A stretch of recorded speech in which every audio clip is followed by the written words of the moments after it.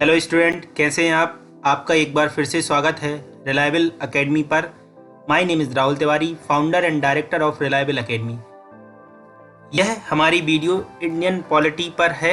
Indian polity के बारे में यह सीरीज स्टार्ट हुई है और इस वीडियो में मैं इंडियन पॉलिटी के अंदर आने वाली चीज़ों को डिटेल में डिस्कस करूँगा। मेरी पिछली वीडियो मैं अपलोड कर चुका हूँ।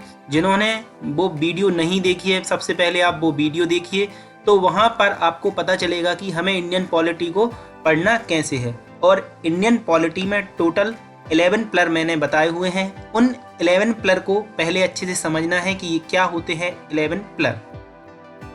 जैसा कि मैंने पहले ही बताया था, फर्स्ट पिलर है कॉन्स्टिट्यूशनल फ्रेमवर्क। तो कॉन्स्टिट्यूशनल फ्रेमवर्क को आज हम डिटेल में चर्चा करेंगे। वीडियो स्टार्ट करने से पहले आप सभी जो हमारे चैनल पर नए हैं वो वीडियो को लाइक कीजिएगा, शेयर कीजिएगा, और जिन्होंने हमारा चैनल अभी तक सब्सक्राइब नहीं किया है प्लीज़ सब्सक्राइब का बटन दबा दीजिएगा ताकि आपको वीडियो मिलती रहे। कल मैंने जब सब्जेक्ट आपको अच्छे से समझाया था पिछली वीडियो में, तो आपको बताया था हमें इंडियन पॉलिटी में टोटल 11 पिलर पर काम करना है। तो इन 11 पिलर में फर्स्ट पिलर था कॉन्स्टिट्यूशनल फ्रेमवर्क। स्टार्ट करते हैं हम कॉन्स्टिट्यूशनल फ्रेमवर्क, जो कि आपका फर्स्ट पिलर है, मतलब संवैधानिक ढांचा। देखिए, संवैधानिक ढांचा के अंदर कुछ भाग थे, टोटल 10 भाग थे। उन भागों को मैं एक एक करके आपके सामने डिटेल में यहाँ पर बताऊँगा। तो फर्स्ट जो अपना भाग था कॉन्स्टिट्यूशनल फ्रेमवर्क में, वो क्या था? Historical background. सेकंड जो भाग था वो क्या था? संविधान का निर्माण। तीसरा भाग क्या था? संविधान की विशेषताएं। चौथा भाग संविधान की प्रस्तावना। पांचवा भाग केंद्र और राज्य। तो सबसे पहले हम बात करेंगे पहले भाग पर, जो कि अपना था हिस्टोरिकल बैकग्राउंड। देखिए, हिस्टोरिकल बैकग्राउंड या ऐतिहासिक पृष्ठभूमि। देखिए हिस्टोरिकल बैकग्राउंड या ऐतिहासिक पृष्ठभूमि। ऐतिहासिक पृष्ठभूमि के अंदर हमें दो बातों का ध्यान रखना है। पहली, कंपनी का शासन। दूसरी, ताज का शासन। कंपनी का शासन का समय अंतराल है 1773 से 1858 तक, और ताज के शासन का समय है 1858 से 1947 तक। अब आप पूछेंगे सर, ये कंपनी का शासन और ताज का शासन क्या होता है? ब्रिटेन की महारानी ने एक कंपनी को यहाँ व्यापार करने के लिए कहा था कि आप व्यापार करिए। अब धीरे धीरे जब सत्ता बढ़ती गई तो कंपनी वो व्यापार नहीं संभाल पा रही थी, तो फिर महारानी विक्टोरिया ने उसको अपने अंडर में लिया। तो वहाँ से जो स्टार्ट हुआ है वो ताज का शासन स्टार्ट हुआ है। ठीक है, तो आपको अच्छे से याद रखना है, कंपनी का शासन 1773 से 1858, ताज का शासन 1858 से 1947 तक था ताज का शासन। आइए हम सबसे पहले चर्चा करेंगे कंपनी का शासन। ठीक है, और कंपनी का शासन जो 1773 से स्टार्ट हुआ है, उसके पहले भी कुछ घटनाएं घट चुकी थी। पहली घटना, सबसे महत्वपूर्ण घटना, भारत में ब्रिटिश 1600 ईस्वी में ईस्ट इंडिया कंपनी के रूप में व्यापार करने आए। सभी को याद रखना है, 1600 ईस्वी में जब ब्रिटेन से ये लोग आए थे, तब यहाँ का राजा मुगल बादशाह था और मुगल बादशाह अकबर था। महारानी एलिजाबेथ प्रथम के चार्टर द्वारा उन्हें 31 दिसंबर 1600 में व्यापार करने के अधिकार प्राप्त हुए। ठीक है, तो महारानी एलिजाबेथ प्रथम ने चार्टर दिया था, ये भी क्वेश्चन इंपॉर्टेंट है। प्रारंभ में ईस्ट इंडिया कंपनी में 217 साझीदार थे और पहला गवर्नर थॉमस स्मिथ था।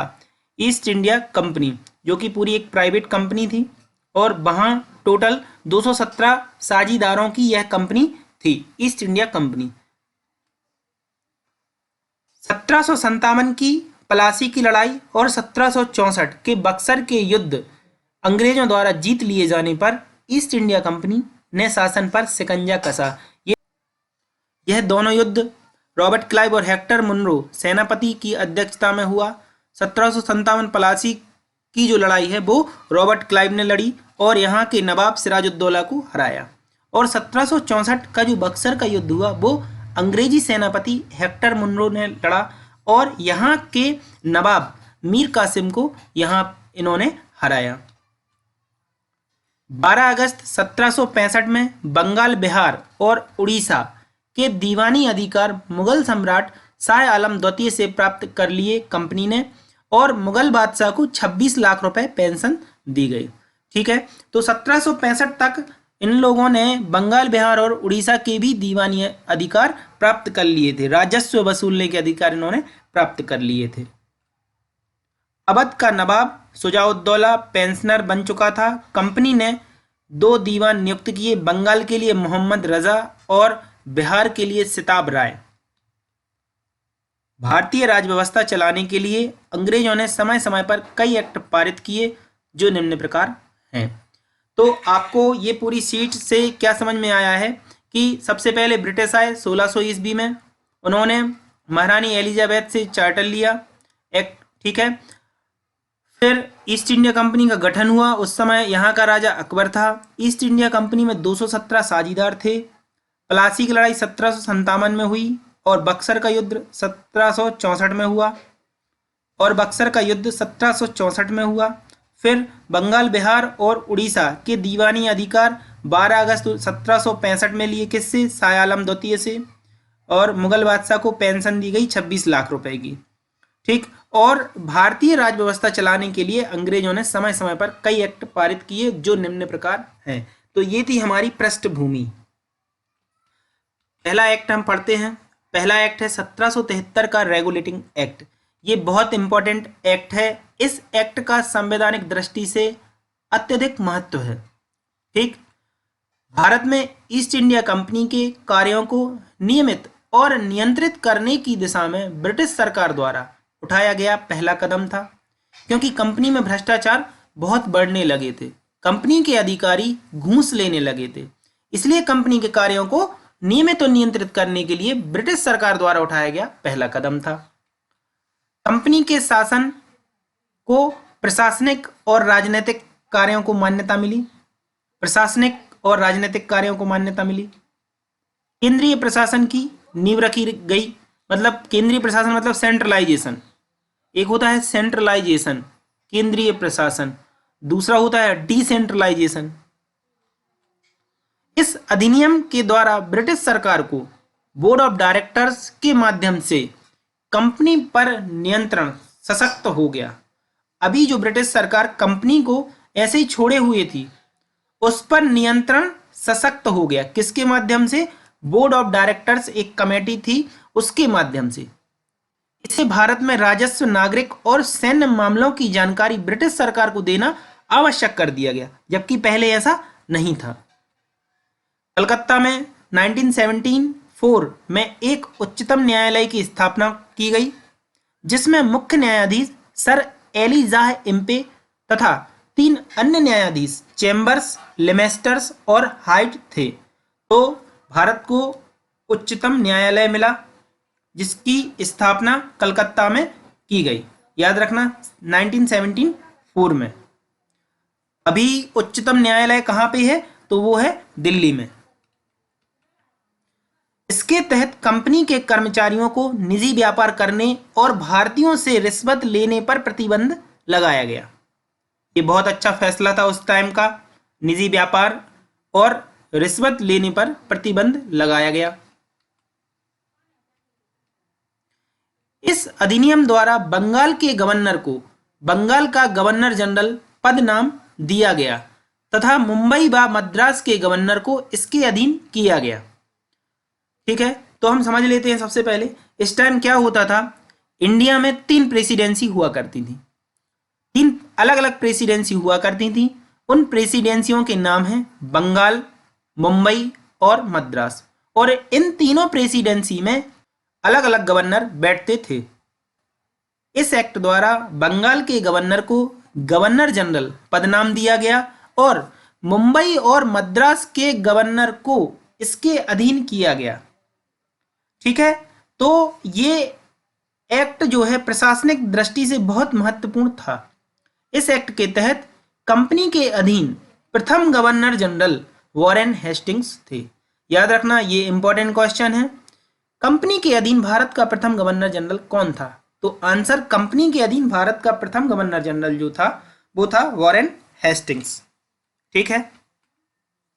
गवर्नर जनरल की सहायता के लिए 4 सदस्यीय कार्यकारी परिषद का गठन हुआ। इसके सदस्य क्रमशः क्लेबरिंग, मांसल, बरवेल तथा फिलिप फ्रांसिस थे। ये सदस्य याद करने की आपको जरूरत नहीं है, बस ये याद रखना कि 4 सदस्यीय कार्यकारी परिषद का गठन हुआ जो कि गवर्नर जनरल की थी। ये बात की जाए, ये गवर्नर जनरल की कार्यकारी परिषद। इसके पहले बोर्ड ऑफ डायरेक्टर्स जो थे वो अलग थे, ठीक है, और ये कार्यकारी परिषद अलग थी। नेक्स्ट, इस प्रकार पहली बार ब्रिटिश को मामलों में हस्तक्षेप का अधिकार प्राप्त हुआ। मतलब कि पहली बार ब्रिटिश सरकार को मामलों में हस्तक्षेप करने का अधिकार प्राप्त हुआ। अगला एक्ट है 1781 का act of settlement. Act of settlement 1773 की कमियों को दूर करने के लिए यह बनाया गया। ठीक है। इस एक्ट के अनुसार कलकत्ता स्थित उच्चतम न्यायालय के न्याय क्षेत्रों को परिभाषित किया गया कि उच्चतम न्यायालय का जोर कहां तक चलेगा। तो बंगाल, बिहार और उड़ीसा के लिए विधि बनाने का प्राधिकार प्रदान किया गया। भारतीयों के सामाजिक तथा धार्मिक रीति रिवाज का सम्मान किया जाए, इस एक्ट में बताया गया। राजस्व एकत्रित करने की दिशा में कोई रुकावट न डाली जाए, यह बताया गया। चलिए, अगला जो एक्ट है यह बहुत महत्वपूर्ण एक्ट है, इसको हम पढ़ते हैं।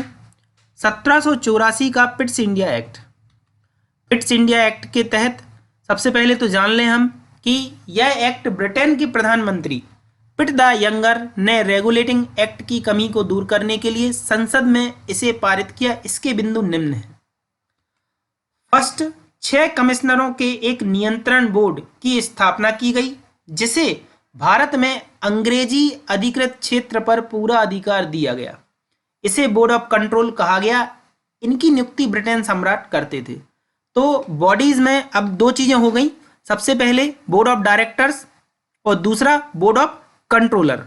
मतलब कि यहां से 1784 के पिट्स इंडिया एक्ट से जो है क्या प्रारंभ हुआ, द्वैत शासन प्रारंभ हुआ, बोर्ड ऑफ डायरेक्टर्स और बोर्ड ऑफ कंट्रोलर। तो बोर्ड ऑफ कंट्रोल की क्या विशेषता थी, वो विशेषता ये थी 6 कमिश्नर, ठीक है, और इनकी नियुक्ति सीधा ब्रिटेन सम्राट करते थे।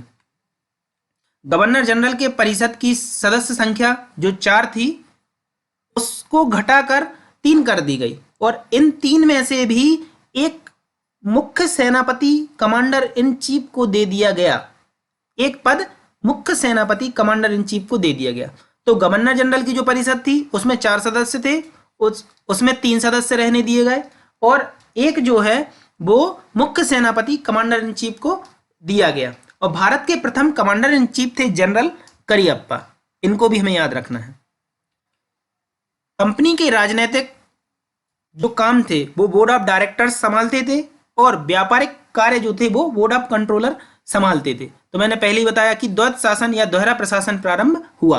राजनीतिक कार्य बोर्ड ऑफ डायरेक्टर्स और व्यापारिक कार्य बोर्ड ऑफ कंट्रोलर। देखिए, व्यापारिक शब्द आया, यहां पे ब्रिटेन के सम्राट शब्द आया। तो व्यापारिक कार्य ब्रिटेन के सम्राट ने जिन 6 कमिश्नरों को रखा था वो देखते थे। भारत में पहली बार कंपनी के अधीन क्षेत्रों को ब्रिटिश आधिपत्य का क्षेत्र कहा गया। भारत में ऐसा पहली बार हुआ था कि कंपनी के अधीन जो क्षेत्र थे उन सभी क्षेत्रों को, चाहे वह प्रेसिडेंसी या कोई क्षेत्र हो, ब्रिटिश आधिपत्य का क्षेत्र कहा गया था। देसी राजाओं से युद्ध तथा संधि से पहले गवर्नर जनरल को कंपनी के बोर्ड ऑफ डायरेक्टर से स्वीकृति लेनी पड़ती थी। देखिए क्या होता था, सबसे पहले जब अंग्रेज यहां आए तो रॉबर्ट क्लाइव ने भी जैसे युद्ध लड़े 1757 और 1764 हेक्टर मुनरो ने लड़ा, तो उन्होंने किसी से परमिशन नहीं ली। लेकिन अब देसी राजाओं से युद्ध तथा संधि से पहले क्या करना पड़ता था, बोर्ड ऑफ डायरेक्टर से स्वीकृति लेनी पड़ती थी।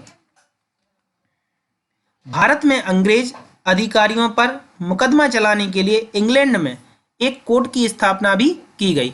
साफ समझ में आ रहा है कि कंपनी को नियमित और नियंत्रित करने के काम इस एक्ट में भी चल रहे हैं और धीरे धीरे यह सत्ता ब्रिटिश क्राउन ले लेगी और ब्रिटिश क्राउन जैसे ही लेगी तो वहां से जो शासन स्टार्ट होगा वो होगा ताज का शासन।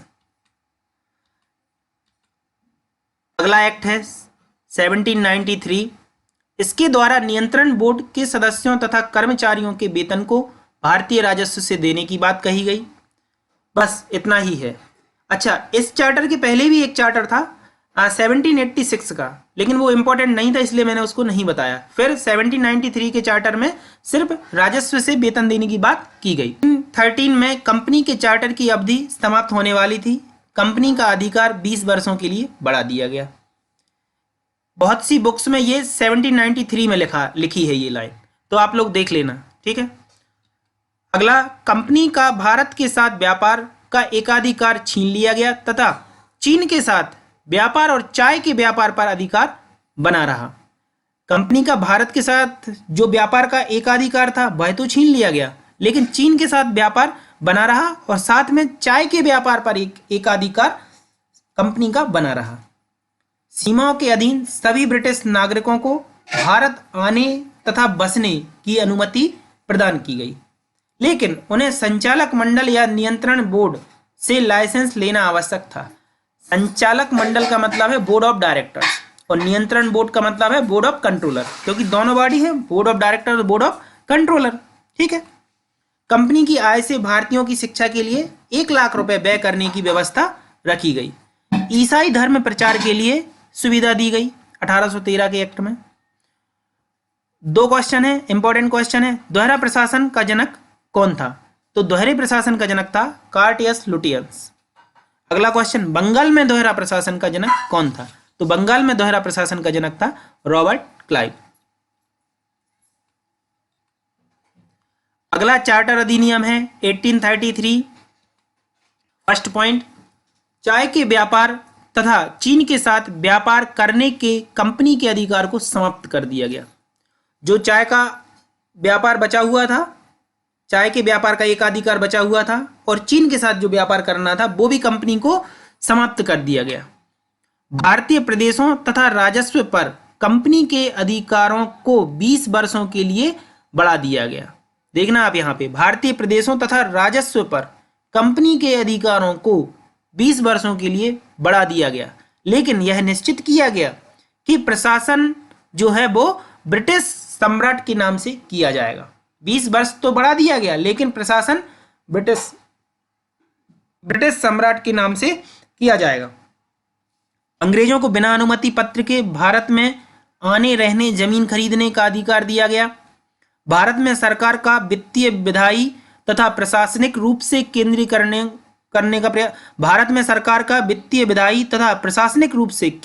करने का प्रयास किया गया। बंगाल का गवर्नर जनरल अब भारत का गवर्नर जनरल बन गया। अब आप याद रखना कि वॉरेन हेस्टिंग्स जो थे वो भारत के प्रथम गवर्नर जनरल थे, लेकिन कंपनी के अधीन, लेकिन भारत के प्रथम governor general Lord William Bentinck थे।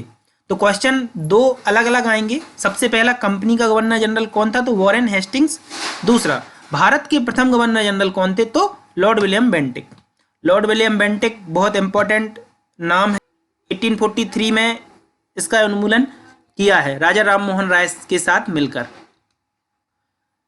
इन्होंने मद्रास और बंबई के गवर्नर जनरल को विधायिका संबंधी शक्ति से वंचित कर दिया। संपूर्ण देश के लिए एक बजट तैयार हुआ। सिविल सेवकों के चयन के लिए खुली प्रतियोगिता का प्रयास किया गया, परंतु बोर्ड ऑफ डायरेक्टर्स ने निरस्त कर दिया। तो यहां से सिविल सेवकों के लिए कोई परीक्षा नहीं हुई इस एक्ट के अकॉर्डिंग। भारतीय कानूनों का वर्गीकरण किया गया। इस कार्य के लिए गवर्नर की परिषद में, देखिए गवर्नर की परिषद मतलब कि वो आपके 3 सदस्य जो बचे हुए थे ना, उसमें चौथे सदस्य के रूप में विधि आयोग की नियुक्ति की गई और यह विधि आयोग कौन संभाल रहा था? Lord Macaulay. तो इसको भी हम याद रखेंगे। अब इसके बाद चार्टर है 1853 का चार्टर। इसने सिविल सेवकों की भर्ती एवं चयन हेतु खुली प्रतियोगिता व्यवस्था का शुभारंभ किया। इस प्रकार सिविल सेवा भारतीयों के लिए खोली गई। इसके लिए मैकाले समिति 1854 में नियुक्ति की गई। याद रखना आप, भारत के प्रथम ICS थे सत्येंद्र नाथ टैगोर, सिविल सेवा जिन्होंने उत्तीर्ण की थी। इसने पहली बार गवर्नर जनरल की परिषद के विधायी एवं प्रशासनिक कार्यों को अलग अलग किया। गवर्नर जनरल की जो परिषद थी उसके प्रशासनिक कार्य अलग और विधायी कार्य अलग। इसके तहत परिषद में 6 नए पार्षद जोड़े गए, इन्हें विधान पार्षद कहा गया। दूसरे शब्दों में यह गवर्नर जनरल की नई परिषद थी जिसका नाम भारतीय विधान परिषद रखा गया। अब आपको कौन कौन सी चीजें क्लियर हो गई? सबसे पहले कंपनी का क्या क्लियर हुआ आपको? कंपनी का क्लियर हुआ बोर्ड ऑफ डायरेक्टर्स और बोर्ड ऑफ कंट्रोलर दोनों अलग चीजें थी। फिर गवर्नर जनरल था, गवर्नर जनरल की परिषद थी, एक वो चीज क्लियर हुई। और 1853 के एक्ट में एक नया शब्द मिल रहा है हमें, एक नया शब्द मिल रहा है हमें, भारतीय विधान परिषद। यह नई परिषद थी और इसमें 6 नए पार्षद जोड़े गए। ठीक है, अपन इनको याद रखेंगे। इस प्रकार 1773 से 1858 तक कंपनी का शासन समाप्त हुआ। इसके कुछ इंपॉर्टेंट क्वेश्चन हैं जो मैं हिस्टोरिकल बैकग्राउंड का टेस्ट लूंगा, उस टेस्ट में सारे क्वेश्चन आ जाएंगे जो क्वेश्चन एग्जाम में पूछे जाते हैं। तो वीडियो को देखते रहिए। Thank you. इसका नेक्स्ट पार्ट जो है ताज का शासन, मैं आने वाले दिनों में वीडियो अपलोड करूंगा।